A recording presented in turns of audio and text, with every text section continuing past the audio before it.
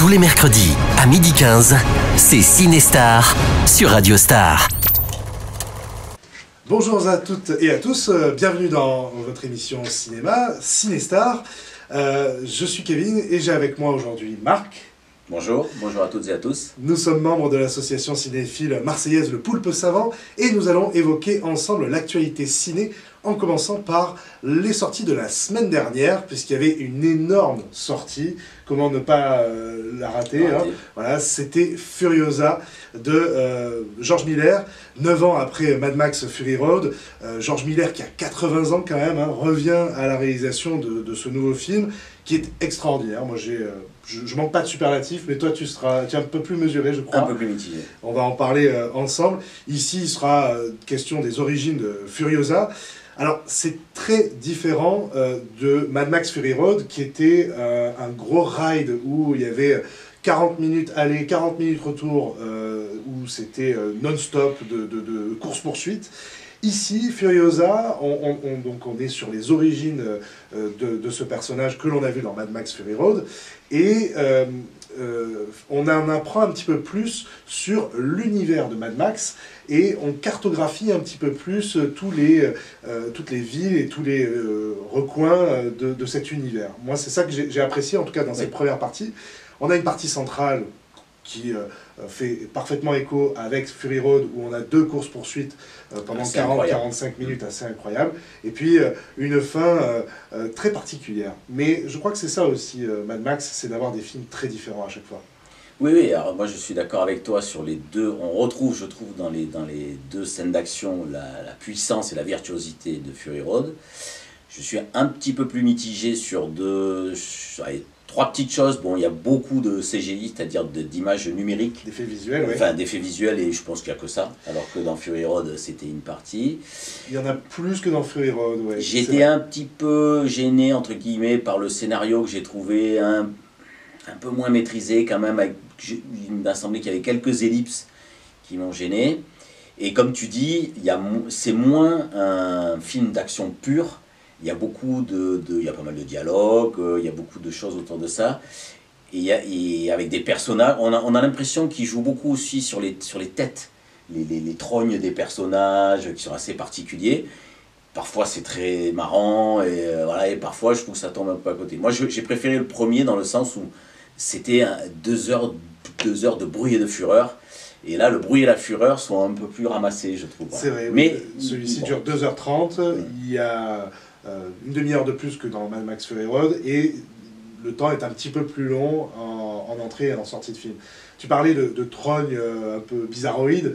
On a au casting Anya Taylor-Joy dans le rôle de Furiosa, qui était campée par Charlize Theron dans le premier. Et on a aussi Chris Hemsworth, avec une barbe hirsute, cheveux longs, nez, prothèse nasale un peu particulière. Moi, je trouve que c'est là qu'on l'aime, Chris Hemsworth. Ah oui, il est excellent. Et puis alors ces espèces, bon, on va pas trop dévoiler, mais ce jeu sur les couleurs de ses cheveux ou de ses costumes, et puis qui évolue dans le temps. Qui évolue dans le temps. Non, mais là-dessus, il est vraiment, il est top, quoi. Parce que Furiosa, alors, on n'a pas de repère temporel, on ne sait pas combien de temps se passe dans le film. Non. Mais de ce que j'ai lu en interview de George Miller, on est à peu près sur 2 décennies. Donc les personnages ont le temps d'évoluer et de les voir évoluer, et donc dans le cas de Chris Hemsworth qui joue le rôle de Dementus, hein, voilà, le bad guy, ce méchant pathétique à la fois drôle et cruel, dans son cas à lui, on va le voir évoluer parce qu'il va connaître à la fois le pouvoir et puis la déchéance de pouvoir dans un deuxième temps. Et moi, la partie que j'ai vraiment beaucoup appréciée, c'est notamment quand il pense vouloir envahir la citadelle et qu'il n'y arrive pas. Et qu'il arrive avec ses équipes et qu'il est persuadé d'y arriver. Il a un côté bouffon qui est assez intéressant. En plus, il est beau gosse, donc ça, le personnage est intéressant. Et pour la petite anecdote, mais je sais, alors, je ne sais pas si on va le dire, il y a Mad Max dans le film, mais j'en dis pas plus. Ah oui, c'est un clin d'œil, on va dire. pour montrer, voilà. pour recouper que tout... Le vrai Mad Max, hein, enfin le Mad Max. Le Road Warrior. Ouais, voilà, exactement. Qu'on connaît.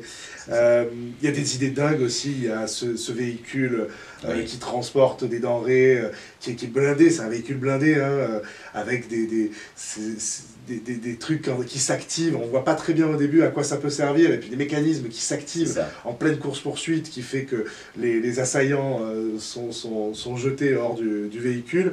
Il y a des assaillants dans des espèces d'ULM aériens, enfin, il y a tout un rapport entre la terre et le ciel, qui rappelle un petit peu le Mad Max 2, justement. Oui, exact. Oui, c'est vrai, qui pour moi reste le meilleur, mais qui rappelle, oui, tu as raison, le Mad Max 2 avec ces espèces d'objets volants complètement farfelus, faits de briques et de broc.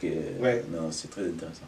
Des trouvailles visuelles aussi très intéressantes. Tu disais, c'est vrai qu'il y a beaucoup d'effets visuels, plus que dans Fury Road, mais il y a quand même pas mal d'effets pratiques, beaucoup plus que dans un blockbuster hollywoodien, j'ai envie de dire classique d'aujourd'hui.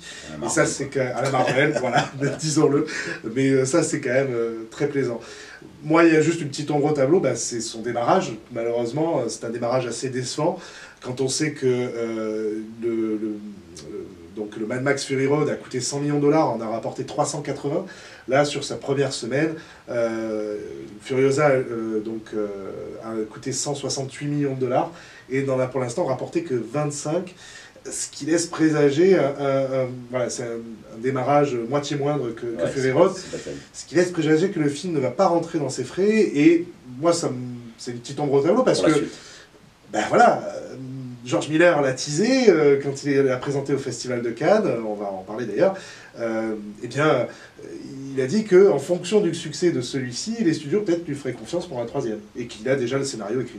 Et puis il est plutôt jeune. Oui, George Miller il a 80 ans, donc si le film ne fait pas de succès, que ça refroidit un peu les producteurs, que ça tarde, etc. C'est ça, qu'il faut attendre à nouveau 9 ans, comme ça a été le cas voilà, entre 2015 et 2024, eh bien, ça risque d'être un petit peu décevant pour nous. En tout cas, on espère que vous avez apprécié, vous en parlez autour de vous, et que vous irez le voir en salle très prochainement. Oui, alors, même si je suis mitigé, il faut quand même aller le voir. Oui. Et on parlait des Marvel, moi je suis pas un fan de Marvel, mais là pour le coup c'est un vrai film d'action. On s'ennuie pas une seconde, et pourtant ça dure 2h30. Hein. Voilà. C'est une très belle proposition, avec un vrai propos derrière. Il y a une vraie histoire sur l'état du monde, évidemment, apocalyptique. Hein. On est dans un monde post-apocalyptique, donc tout ce qui a trait aujourd'hui à l'écologie et tout ce qui, toute cette terre qui est dévastée, mais aussi un vrai propos féministe au travers du personnage de Furiosa, qui est, je trouve, bien traité. C'est peut-être pas l'une de ses grandes forces, la subtilité, mais en tout cas, voilà, ça mérite d'exister fortement dans ce blockbuster. Donc Furiosa, sorti le 22 mai. Le Festival de Cannes s'est achevé la semaine dernière. On n'avait malheureusement pas nos accréditations cette année, mais on a quand même bien suivi au travers des médias et des retours. Toi, qu'est-ce que tu as pensé de ce festival? J'ai suivi un peu de loin. Je suis assez content qu'on ait de nouveau une Palme d'Or américaine, parce que ça faisait depuis 2011, je crois, depuis Tree of Life, qu'il n'y avait pas eu une Palme d'Or américaine. Bon, c'est pas que j'aime pas les autres cinémas, mais je trouve que j'ai une préférence quand même pour le cinéma américain. Le Festival de Cannes fait toujours la part belle aux acteurs et réalisateurs américains depuis plusieurs années. Dans les Palmes d'Or, il n'y en a pas tant que ça. Hein. Alors, je ne parle pas dans le palmarès, mais festival, dans le festival lui-même, oui, bien sûr. Cette année, il y a eu Meryl Streep et George Lucas qui ont tous les deux reçu une Palme d'Or d'honneur. Je me souviens plus l'année dernière aussi, mais il y a des grands acteurs et actrices américaines qui sont régulièrement. Furiosa a fait l'ouverture. Bon, il est australien, certes, mais c'est un cinéma hollywoodien. Non, le cinéma hollywoodien a toujours été très bien représenté à Cannes, mais sur les Palmes, c'est pas bon, ce qui est en même temps un peu normal aussi, c'est bien de récompenser des films européens moins connus. Et concernant la Palme d'Or, donc à Nora, alors, j'ai pas vu ses précédents films de Sean Baker, Sean Baker, pardon, mais c'est vrai que j'ai lu quand même pas mal de choses sur lui. Il s'intéresse beaucoup beaucoup à la marginalité et aux personnages un peu borderline dans la société américaine, et je pense que le film tourne autour de ça, et à mon avis ça va être intéressant. Oui, c'est toujours des personnages un petit peu à côté. La Palme d'Or donc pour Anora de Sean Baker, c'est un petit, de ce que j'ai lu et vu, c'est un Pretty Woman réactualisé un petit peu à la sauce 2024. Pour moi, c'est c'est un film en tout cas qui me plaît, moi. C'est dans le cœur des films qui me plaisent, ces films indépendants américains où on va aller chercher des personnages qui sont vraiment à côté, des personnages un peu à part, marginalisés, comme tu le dis. Et moi, j'ai très hâte de le découvrir en salle. Il faut voir que les dernières Palmes d'Or, moi, m'ont toutes ramassé, même s'il y en a une dans le lot que je trouve moins bien, mais Anatomie d'une chute, sans filtre. Parasite, c'est pour moi des véritables chefs-d'œuvre. Il y a Titane au milieu. Moi, c'est le bémol, c'est Titane. Voilà. Surtout que son précédent film grave était... Le Cannes aussi, cérémonie d'ouverture et de clôture, présentée par Camille Cotin, qui a été une très belle cérémonie, je trouve. Très bien rythmée, surtout pour la cérémonie d'ouverture, avec pas mal d'émotions. Et elle s'est vraiment très très bien débrouillée pour faire vivre ces cérémonies qui sont toujours très... Qui peuvent être empesées parfois. C'est moins empesé que les Césars, mais parfois ça peut l'être. Oui, parce que c'est plus ramassé aussi, hein, ça dure une heure tout au plus. Après, sur les déceptions de Cannes, on peut parler des grands noms, des grands réalisateurs qui ont tous un petit peu déçu la critique. Évidemment, nous ne les avons pas vus, donc nous attendons de les découvrir. Mais Gilles Lelouch avec L'Amourouf n'a clairement pas fait l'unanimité. Paolo Sorrentino avec Parthénope non plus. Coppola et Cronenberg ont eu des critiques même assez catastrophiques. Surtout Coppola, Coppola avec Megalopolis, qui est son film somme, on va dire. En tous les cas, il l'a présenté comme ça, et c'est vrai que ça fait un peu de peine d'entendre un film présenté par le réalisateur comme un film somme, et les critiques l'ont effectivement descendu. Donc on attendra quand même de les découvrir en salle, on verra au moment de leur sortie, on vous en reparlera avec grand plaisir. Tu voulais nous parler cette semaine des sorties, enfin plutôt des départs de films sur les plateformes Amazon et Netflix, parce qu'il y a des super films à découvrir jusqu'au 31 mai. C'est ça, voilà. Donc sur les plateformes, les films s'en vont, enfin viennent et s'en vont. Donc là, avant le 31 mai, sur Netflix, vous avez la saga Fast and Furious qui quitte la plateforme le 31 mai. Tous les Fast and Furious. Tous les Fast and Furious. Alors vous n'êtes pas obligé de les regarder un par un, vous pouvez même regarder bout par bout. Mais si vous aimez, c'est pas des films pour réfléchir, mais si vous aimez la baston, les bagnoles, beaucoup de bruit et beaucoup de fureur, comme on disait tout à l'heure, c'est à voir. Et il y a Hit de Michael Mann qui quitte aussi la plateforme. Alors là, c'est le contre-exemple, le film d'action stylisé, de qualité, avec un casting incroyable. C'est la première fois que De Niro et Pacino jouent ensemble. C'est ça. Donc là, voilà, alors, vous pouvez faire des petits bouts de Fast and Furious et vous pouvez regarder Hit en entier parce que franchement ça vaut le coup. En entier, oui, parce qu'il y a cette scène centrale où Al Pacino et De Niro se rencontrent qui est aujourd'hui iconique et qui représente beaucoup. La fin de Hit est peut-être un peu moins... Enfin, moi je suis toujours un petit peu déçu à chaque fois que je vois la fin de Hit. Oui, je comprends. Qui est, voilà, ça se passe dans l'aéroport, etc. Enfin, on ne comprend pas trop où ça veut aller. Mais cette scène centrale est incroyable. Il y a aussi Val Kilmer. Il y a Val Kilmer aussi, qui a un super rôle, un peu de dégénéré. Voilà, donc, Fast and Furious et Hit qui quitte Netflix. Alors, au 31 mai. Donc si vous voulez les voir, c'est aujourd'hui ou demain. C'est ça.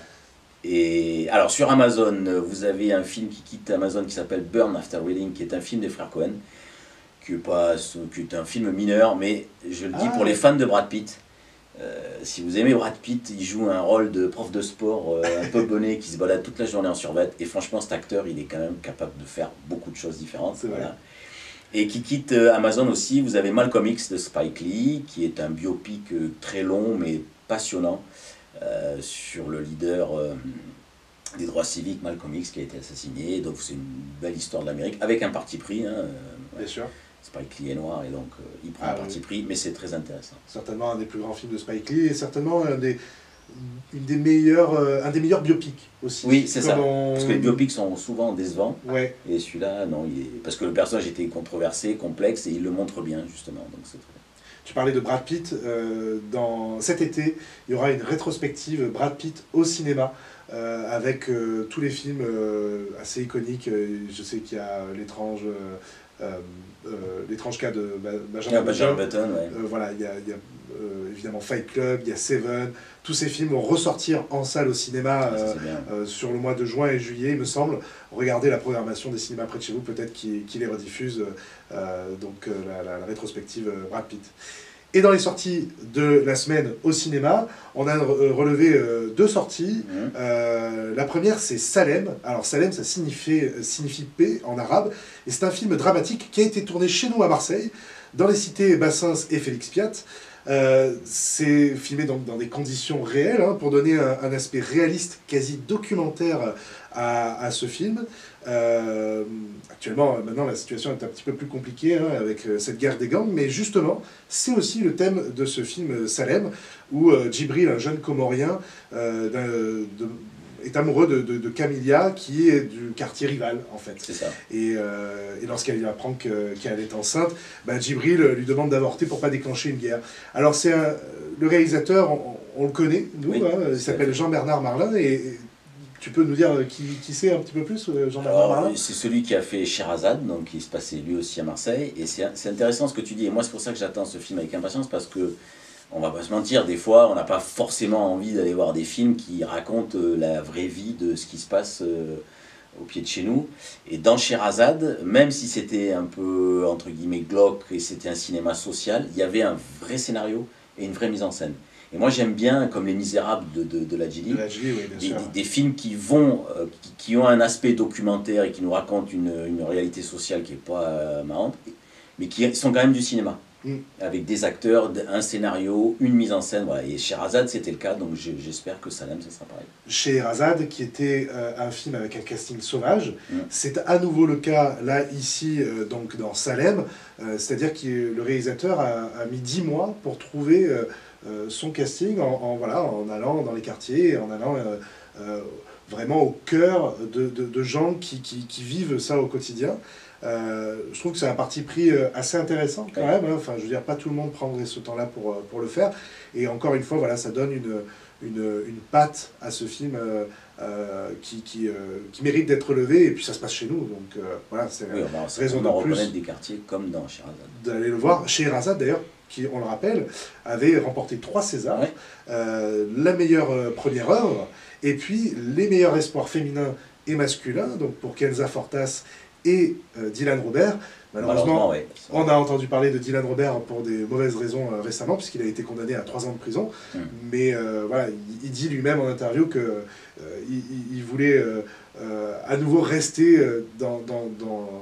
avec ses proches et dans cet univers qui est malheureusement violent et en prise à des vols et des violences. Facile de s'en sortir, même quand on a le cinéma qui nous appelle. Qui nous ouvre les portes, même dans ce cas-là.